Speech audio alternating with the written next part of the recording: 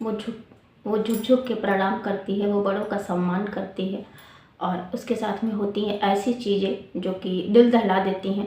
और आज का जो रिएक्शन होने वाला है वो नॉर्मल नहीं है और मैं इसको ना एक वीडियो में जो है एंड करने वाली हूँ। बहुत सारी वीडियोस लेके नहीं आने वाली हूँ। शुरुआत से लेके लास्ट तक बात करेंगे क्योंकि मेरा जो रिएक्शन है वो थोड़ा सा लेट होता है क्योंकि बहुत सारी वीडियोस मैं नहीं बना पाती एक ही टॉपिक पे। तो शुरू करते हैं। Hi guys, welcome back to my channel. तो एक बार आपका फिर से स्वागत है रिएक्ट विद शिल्पी में, जहाँ पे आप लोगों को मिलते हैं कंट्रोवर्सीज प्लस बड़े बड़े ब्लॉगर्स की बात होती है, जिसको बोलते हैं, जो बात होती है उसको बोलते हैं रिएक्शन। जी हाँ, रिएक्शन बोलते हैं। तो आज का जो रिएक्शन होने वाला है वो होने वाला है राज फैमिली की छोटी बहू रंजना के बारे में। और किसी बारे में हम बात नहीं करेंगे, सिर्फ और इसी टॉपिक को लेके चलेंगे। ये नॉर्मल था, ये मिसकैरेज था, या फिर ये जो है अबॉर्शन था, प्रेगनेंसी थी कि नहीं थी, इन्हीं सारी बातों पे बात करेंगे। तो चलिए हम शुरुआत में चलते हैं जब जगत भाभी का और जगत भैया की एनिवर्सरी थी, जहाँ पे रंजना गई हुई थी। उन्होंने अच्छा सा मेकअप लुक भी लिया, बहुत सुंदर भी लग रही थी, बहुत प्यारी लग रही थी।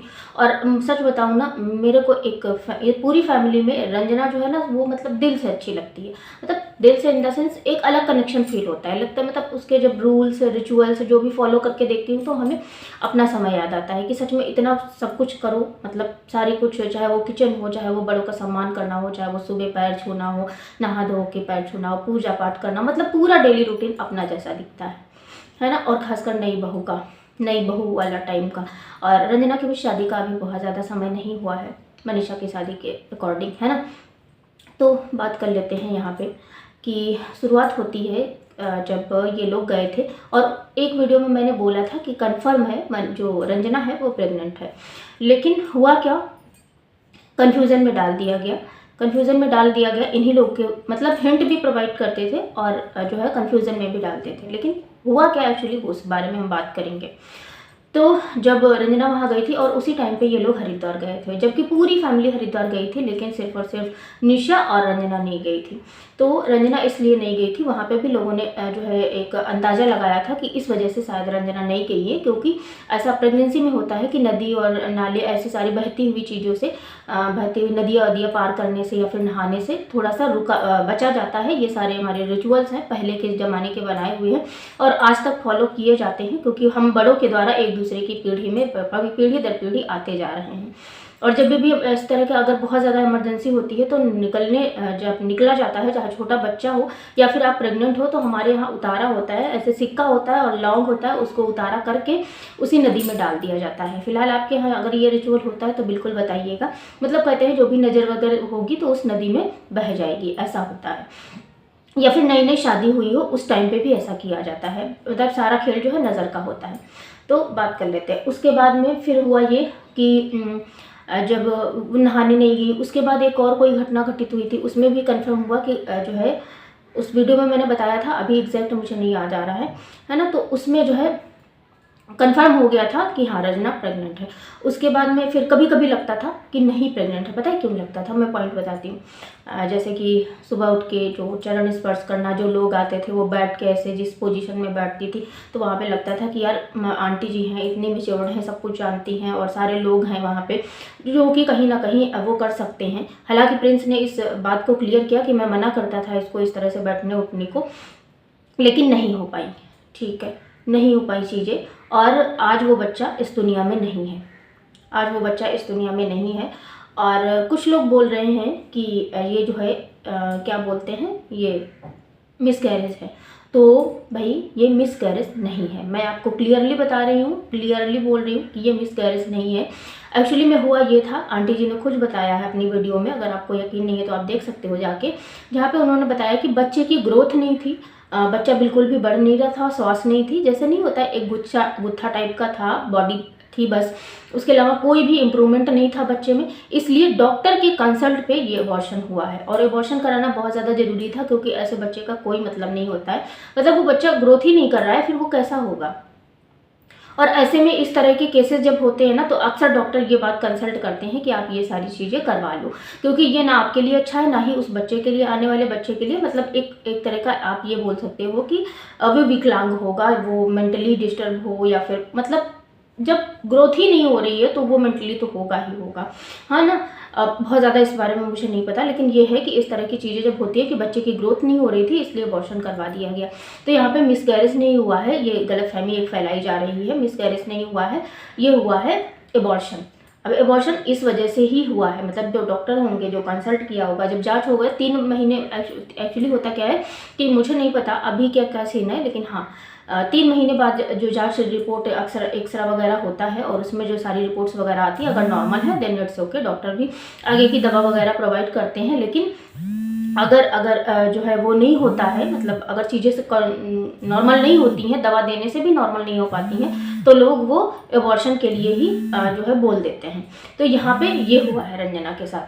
अब उसके बाद में फिर सवाल उठ रहा था कि जो है प्रूफ दिखाओ, प्रूफ दिखाओ, प्रूफ दिखाओ कि प्रेग्नेंट थे नहीं या फिर नहीं थी। कुछ लोगों को लग रहा था कि कंटेंट के लिए, लेकिन आप ये देखो कंटेंट के लिए कोई इतना नहीं गिरेगा, क्योंकि कंटेंट के नाम पे पता है क्या, ठीक है, लेकिन आंटी जी का सपना देखिए, चाहे वो मनीषा हो, चाहे वो आंटी हो, चाहे वो सचिन हो, मतलब पूरी फैमिली इन सारी चीज़ों से बहुत ज़्यादा खुश थी और ये बात प्रिंस ने खुद अपने वीडियो में बताई है। और उसके बाद फिर क्या हुआ कि ये सारी चीज़ें क्लियर हो गई, फिर मनीषा पे ब्लेम आ गया, आंटी पे भी ब्लेम आ गया, है ना, कि मतलब उन्होंने ध्यान नहीं रखा, ये नहीं किया, वो नहीं किया। तो यहाँ पे किसी को भी ध्यान रखने की ज़रूरत थी, मतलब ध्यान रखने की ज़रूरत थी और उन लोगों ने ध्यान रखा भी। आप याद करो जब प्रिंस का जो है कान का ऑपरेशन हुआ था और वो अपनी बहन के यहाँ बेंगलोर में था, लेकिन आंटी जी कहीं नहीं गई थी और उन्होंने ये बात ब्लॉग में बोली थी कि मुझे पता है कि बुढ़ापे में कौन काम आएगा मेरे, और आज मुझे मेरी बहू को मेरी ज़रूरत है। और उसी दिन मैंने वो वीडियो बनाया था और उसी दिन मैंने कन्फर्म किया है कि हाँ रंजना प्रेग्नेंट है, इसीलिए आंटी जो है प्रिंस के साथ बेंगलोर नहीं गई और प्रिंस को अकेले भेज दिया, क्योंकि वहाँ पे सुचिता जो है वो उसकी केयर अच्छे से कर लेंगी, वो बड़ी बहन है और अच्छे से सही में, मतलब अगर किसी बच्चे की या किसी भाई की या फिर किसी भी ऐसे उसकी तो बड़ी बहन का बहुत ज़्यादा रोल होता है हमारी संस्कृति में भी और हमारी अपनी ज़िंदगी में भी। मतलब बड़ी बहन ऐसे माँ होती है, वो अपने भाई का बुरा नहीं सोच सकती और वो अच्छे से अच्छा मतलब उसको प्रोवाइड करने की कोशिश करती है। और जैसा कि वीडियो में देखने को भी मिला, सुचिता के ब्लॉग्स में देखने को भी मिला कि उसने बहुत अच्छे से देखभाल करी और बहुत अच्छे से ऑपरेशन सक्सेसफुल रहा और फिर प्रिंस वहाँ से आ गए। यहाँ पे मतलब कंफर्म हो गया था कि जो है वो प्रेग्नेंट है। जो मैं वहाँ पे पॉइंट बोल रही थी वो मैंने बता दिया। ठीक, अब हम बात कर लेते हैं, मनीषा को भी टारगेट किया जा रहा है, अम्बाला जाने को लेके भी टारगेट किया जा रहा है। तो भाई ये सारी चीज़ें अब यहाँ पे बनती ही नहीं है, क्योंकि वो अबॉर्शन हुआ है, वो ना कि जो है हाँ मानते हैं कि अंशु के टाइम पे जो हुआ, जो उनकी मुँह बोली बहन थी, मतलब है ना, तो वहाँ पे जो चीज़ें हुई थी वो नहीं होनी चाहिए थी, वो ख़राब हो गई थी चीज़ें। और उसमें शायद डांस वगैरह की वीडियोस और ये सारी ट्रेवलिंग का बहुत ज़्यादा होना और ये सारी चीज़ें उसमें मायने रख सकती थी, क्योंकि उसमें ऐसा कुछ नहीं था। लेकिन जो चीज़ रंजना के साथ में हुई है, वहाँ पे जो है रंजना, हम मानते हैं कि रंजना गई थी और रंजना ट्रेवल भी किया, रंजना ने मेकअप भी किया, चाहे वो आंटी के एनिवर्सरी पे हो या फिर अंकल आंटी जो है सचिन मनीषा की एनिवर्सरी पे हो। लेकिन लेकिन लेकिन लेकिन जब ये सारे मुद्दे थे ही नहीं, लेकिन उन्होंने बहुत ज़्यादा प्रोटेक्शन के साथ ही किए होंगे इस चीज़ें। हाँ, एक बेंड होकर कोई भी काम करने वाला, मतलब पैर छूना होना या फिर किचन में कोई काम झुक के करना या फिर भारी वजन उठाना, ये सारी चीज़ें नहीं करनी थी। और कुछ चीज़ें हो रही थी जो कि शायद जनता को भी ऑड लग रही थी और कंसल्ट भी दिखा रही थी जनता उनके कमेंट बॉक्स में। लेकिन यहाँ पे चीज़ें इस तरह से होती चली गई और लोगों ने ब्लेम करना शुरू कर दिया, चाहे वो आंटी हो चाहे वो मनीषा हो। तो यहाँ पे किसी को भी ब्लेम करने की ज़रूरत नहीं है, क्योंकि अंकल जो है आंटी ने बहुत अच्छे से अपना काम किया और वो अपने बेटे के साथ नहीं थी, वो उस टाइम पे अपनी बहू के साथ खड़ी हुई थी, क्योंकि उनको पता था कि इस टाइम पे मेरी बहू को मेरी ज़रूरत है और अगर वो जाएंगी तो फिर कहीं ना कहीं आगे आने वाली जो समस्या हो सकती है या फिर रंजना को अकेले ऐसे में छोड़ना सही नहीं है। तो इतना नॉलेज उनको भी था। और फिर उसके बाद में फिर वो जो है ये सारी कहानी जो है आप ब्लेम करो, परेशान करो किसी को, ये सही नहीं है। मतलब हर चीज़ में सही नहीं है ना। जहाँ पे कोई भी इंसान है गलत है, उसको बोलो गलत। लेकिन यहाँ पे मतलब जब बच्चे की ग्रोथ ही नहीं है, उन्होंने फुल प्रिकॉशंस भी लिए, ये नहीं बोल सकते फुल जो है कुछ भी ऐसा नहीं किया। हाँ, डांस वगैरह की तो हल्के फुल्के मूवमेंट वाली, मुझे नहीं लगता है कि हल्के फुल्के मूवमेंट वाली रील्स बनाने से ऐसा कुछ हो जाएगा, क्योंकि हम जहाँ तक हम देखते हैं, मतलब एक आध कमेंट हम देख पा रहे थे जहाँ पे दिया हुआ था कि मेरी जो बहू है, जो मेरी बेटी है, किसी ने 8th महीने तक काम किया। मैं खुद बताऊँ, मेरी रिसेंटली अभी भाभी का बेबी हुआ था, अभी रिसेंटली क्या 1 साल हो गया बच्चा, है ना।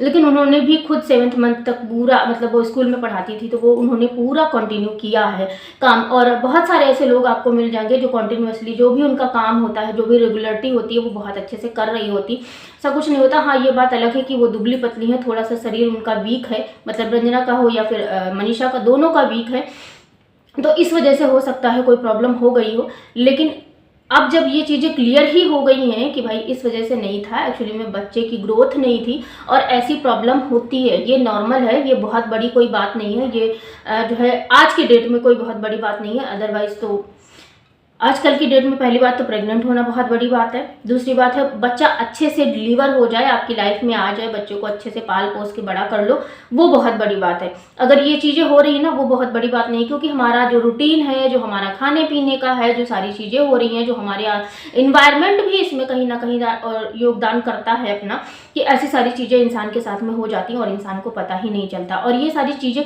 इसलिए अब पता चल रही हैं क्योंकि ये वैसे तो ये 29 को क्लियर हुआ है ये सारी चीज़ें, लेकिन ये सारी चीज़ें इसलिए अब क्लियर हो रही हैं क्योंकि जो 3 महीने वाले प्रेगनेंसी टेस्ट होता है उसमें ही ये सारी चीज़ें कंफर्म हो पाती है। मतलब 3 महीने की प्रेगनेंसी कंफर्म हो जाती है, जब पूरी हो जाती है उसके बाद जो टेस्ट होता है उसमें जो है कंफर्म होता है कि बच्चे की ग्रोथ हो रही है कि नहीं है, बच्चा वीक है कि जो है, जैसे बहुत ज़्यादा वीक होता है तो वो खाने पीने पर बहुत ज़्यादा ध्यान देते हैं, डॉक्टर ऐसा बताते हैं ऐसा करो वैसा करो, या फिर बहुत ज़्यादा कॉम्प्लिकेटेड होता है तो बेड रेस्ट भी बोल देते हैं। लेकिन ये सारी चीज़ें बोलने से पहले ही 3 महीने के बाद ही ये सारी चीज़ें कंफर्म हो गई कि भाई बच्चे की ग्रोथ नहीं हो रही है। तो इसमें किसी को ब्लेम करना ज़रूरी नहीं है, इसमें किसी को भी, और पता है सबसे बुरा जो लग रहा था वो रंजना के लिए लग रहा था, क्योंकि उसका ऐसा इतना मासूम सा फेस देख के, वो जिस कंडीशन में प्रिंस के साथ बैठी थी वो बहुत ज़्यादा तकलीफ हो रहा। और आज अभी एक ब्लॉग आया है, वो मैं सच बताऊँ मैंने उससे 2 से 3 सेकंड, मुश्किल से 5 सेकंड में देख पाई हूँ। मतलब इतना दर्द, इतनी पीड़ा, ये सारी चीज़ें होती हैं तो लगता है कि यार इन सब चीज़ों में मतलब कितना दर्द होता होगा। मतलब कहीं ना कहीं जैसे नहीं होता है कि यार 3 महीने से हम उस बच्चे को पाल रहे थे और उसको अब इसलिए हमको हटाना पड़ रहा है अपनी बॉडी से, अपनी अलग करना पड़ रहा है क्योंकि उसकी ग्रोथ नहीं है। तो ये भी कहीं ना कहीं एक दर्द का पॉइंट होता है जो शायद उस वीडियो में, उस ब्लॉग में मैं नहीं देख पाई, लेकिन मैं इतना समझ सकती हूँ कि हाँ उस, मतलब सोचो आप कई सालों से आप वेट कर रहे हो, कई सालों से बोले तो इधर 3 साल हो गए शायद रंजना और प्रिंस की शादी का, 2 साल हुआ है ना, दूसरा साल चल रहा है। लेकिन तभी भी मतलब एक गुड न्यूज़ का एक लगा रहता है सबको कि हाँ मनीषा की तरफ से गुड न्यूज़ मिलेगी, फिर जब प्रिंस की शादी हुई तो रंजना की तरफ से गुड न्यूज़ मिलेगी, और जब अब गुड न्यूज़ मिली तो ऐसी सारी चीज़ें हो गई। और जब ऐसी सारी चीज़ें हो जाती है तो कहीं ना कहीं इंसान को तकलीफ होती है।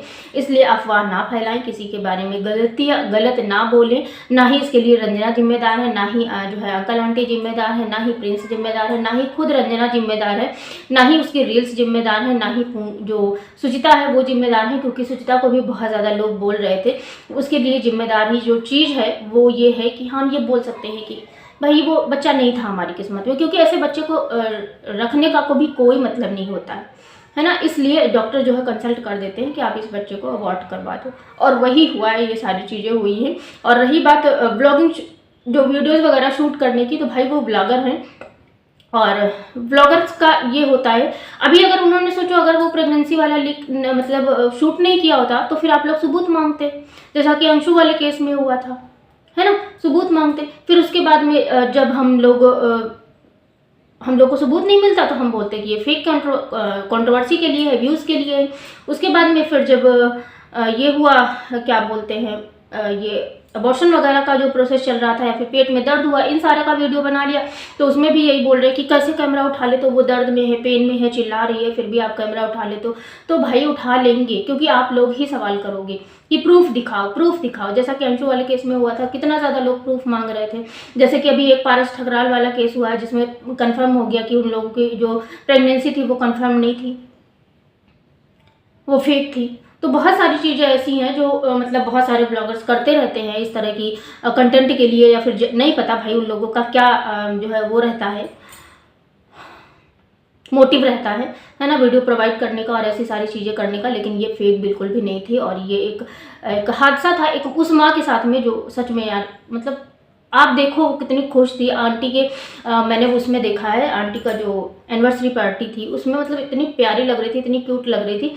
और उसके बाद मतलब बहुत अच्छे से मतलब उसने अपने आप को मेंटेन किया था और ऐसा कुछ नहीं हुआ था। मतलब वो हर चीज़ को अपने अच्छे से, मतलब चाहे वो काम करने हो, चाहे वो किचन में काम करना हो, चाहे वो अंकल आंटी के लिए करना हो, चाहे वो पूजा पाठ करना हो, मतलब वो हर चीज़ करती है और बहुत अच्छे से करती है।